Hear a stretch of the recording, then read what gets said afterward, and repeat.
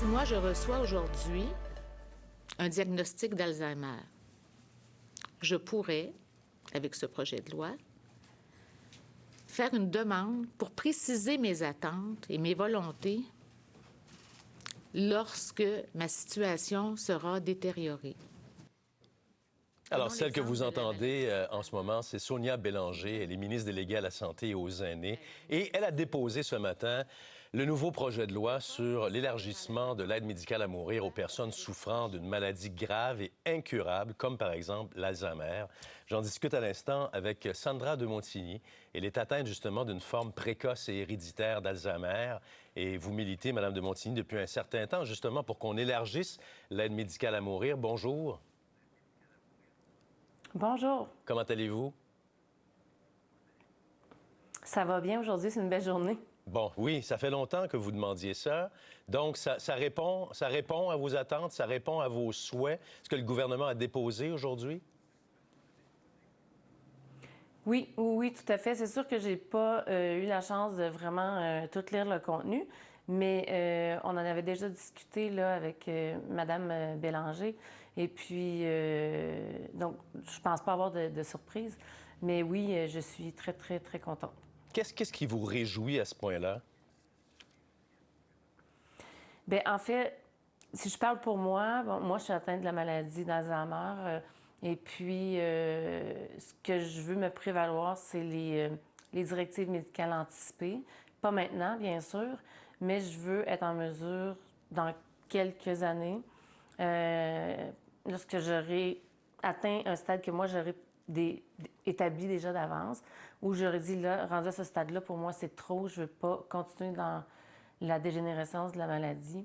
Ce que ça fait, c'est que moi, ça me donne un sentiment de paix, de savoir que quand ça va être le temps que j'aurai décidé, je pourrai partir en paix et non pas être effrayée de la fin de la maladie d'Alzheimer. Parce que l'ancien projet de loi vous interdisait ça. M'interdisait... En ce sens que l'ancien projet de loi n'incluait pas les personnes avec des troubles moteurs incurables de pouvoir avoir accès à l'aide médicale à mourir. Bien, en fait, la maladie d'Alzheimer devait être inclue. Et puis, bon, c'est ça. La session a été abrogée, puis finalement, ça s'est pas fait. Et puis, maintenant ça faisait partie des premières choses que le gouvernement voulait mettre là, à disposition pour les gens qui ont les maladies d'Alzheimer et autres maladies neurodégénératives. Bon, comment est-ce qu'on va encadrer tout ça? Par exemple, lorsque vous serez prête à remplir, je ne sais pas comment ça va fonctionner, un formulaire ou... Qui décide de quoi? Est-ce que vous décidez ou vous remettez entre les mains de médecins, de proches, la décision à quel moment vous voulez partir? Comment ça va fonctionner? Bien honnêtement, je suis pas certaine que ces éléments-là ont été déjà élaborés au niveau du gouvernement. Ce que j'en pense, c'est que probablement que ça va être la personne qui est atteinte qui va faire elle-même ses démarches auprès de son médecin traitant. Et puis, c'est sûr que ça va être balisé. Il faut qu'on soit capable de consentir. Donc, c'est sûr que si je donne un exemple comme le mien, bon, je suis atteinte d'Alzheimer, en ce moment, je suis capable de consentir. Si la maladie évolue, puis on donne un exemple, par exemple, dans 4-5 ans, je suis plus apte à consentir, ben, je pourrais pas déterminer mes demandes anticipées à ce moment-là. Il faut que ça soit fait avant. Donc, je donne l'exemple de maintenant, là. Ça peut pas être maintenant, mais dans les prochains mois, pour moi, ça serait l'idéal parce qu'en ce moment, j'ai encore toutes mes facultés pour le faire. Bon, vous semblez en paix éventuellement avec cette décision, les décisions que vous aurez à prendre. Est-ce que vos proches sont, eux, à l'aise et en paix avec vos choix? Oui. Oui, en fait, moi, mes parents sont décédés déjà, donc je suis avec mes 3 enfants. Puis c'est un sujet qu'on discute depuis longtemps parce que mes enfants aussi ont connu mon père très malade, les 2 plus vieux en tout cas. Et puis, on parle de la maladie d'Alzheimer couramment parce que c'est une maladie, comme je disais, familiale. On en a beaucoup dans notre famille. Et puis, ça fait longtemps que je dis à mes enfants que moi, je veux partir avant la fin de la maladie. Je veux partir quand je vais être encore dans une situation digne. Et puis, mes enfants sont tout à fait d'accord avec mon choix. Ils me supportent là-dedans.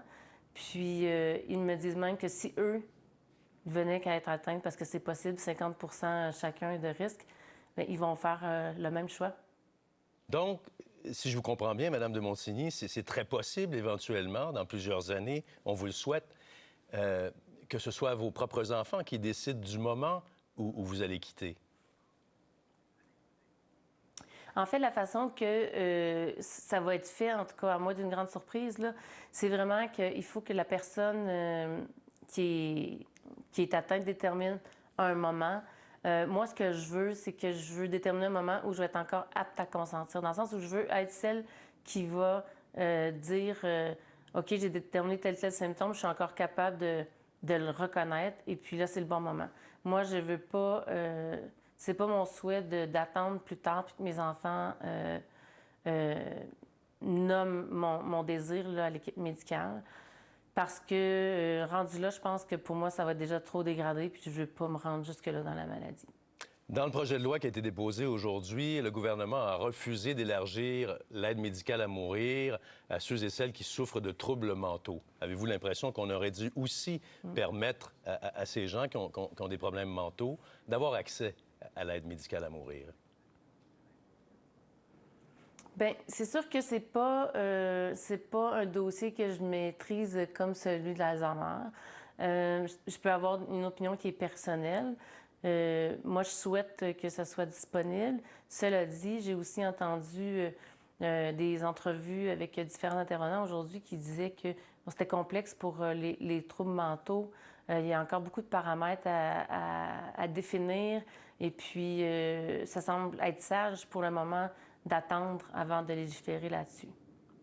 Bien, Madame de Montigny, Sandra de Montigny, je vous remercie beaucoup d'avoir été avec nous. On vous souhaite bon courage pour la suite, et en espérant pouvoir vous reparler très bientôt. Merci, M. Latreille. Merci. Merci.